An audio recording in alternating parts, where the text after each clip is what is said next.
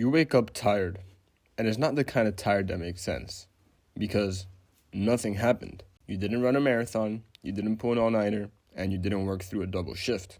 You just went to bed. So why do you feel like you're waking up from a shift you never clocked out of? Like a strange exhaustion, like a heavy, foggy feeling that makes your thoughts feel like they are moving through syrup, creating a delay between you and your own mind. You wake up, you stare at the ceiling, and your first instinct is to negotiate with the day. Maybe coffee will fix it. Maybe a shower will fix it. Maybe if you just get moving, you'll snap into place. So you do, and you can function, you can do the job, answer the messages, laugh at the joke, show up. But underneath it, there's that feeling like you're operating, not living. Then, eventually, you ask the question you've been avoiding. Why am I tired? And when you don't have an answer, your mind reaches for the easiest target, yourself. Maybe you're weak, maybe you're lazy, maybe you're not disciplined enough, because it would be easier if it was your fault. At least then, you could fix it with willpower. But the truth is, willpower doesn't solve a nervous system that never gets to stand down. Because modern life doesn't just stress people out in obvious ways. What we see is just the tip of the iceberg. And that stress keeps your mind in a constant state of alert. Always a little available, always a little alert, always a little unfinished. Think about what your brain is doing all day. Not the big moments, but the small ones. You're half reading a message while doing something else. You're making a mental note you don't trust yourself to remember. You're postponing a reply because you want to say it right. And you're leaving a tab open because I'll come back to it later. So you bear that burden. And you carry so much of it that it becomes normal. But normal doesn't mean harmless. Because your brain treats unfinished things like active threats. Something unresolved means stay ready. So when you're resting, you're not. You're on autopilot.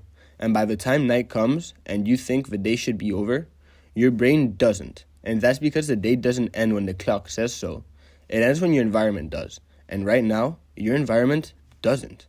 The lights stay bright, the phone stays closed, the feed stays updated, and the world stays open. So your nervous system doesn't get the memo. And this is where your circadian rhythm falls apart. You see, your circadian rhythm is your body's internal clock. This isn't a metaphor, it's a real system.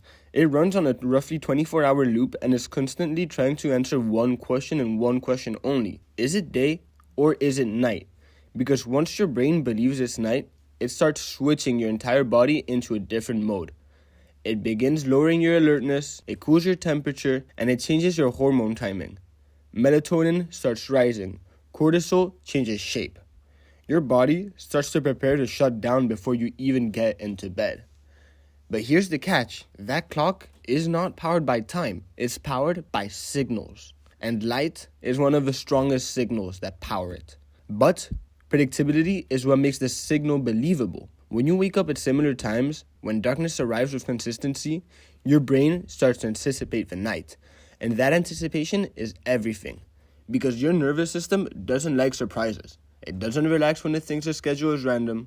And if some nights you sleep at midnight, some nights at 3 a.m., if some nights you wake up at 7 and others at 11, your brain stops trusting the pattern. And when it can't trust the pattern, it stays alert. So even if you're exhausted, your system behaves like it's still on call. Because biologically, it hasn't received a consistent shutdown signal. And we sabotage that signal every single night with the same mistake. Bright screens, bright rooms, constant input. Artificial light tells your brain it's still daytime. Late night information tells your brain that there's still something to track. And unfinished tasks tell your brain there's still something to hold. So when you lie down, your body may rest, but your mind stays on the clock.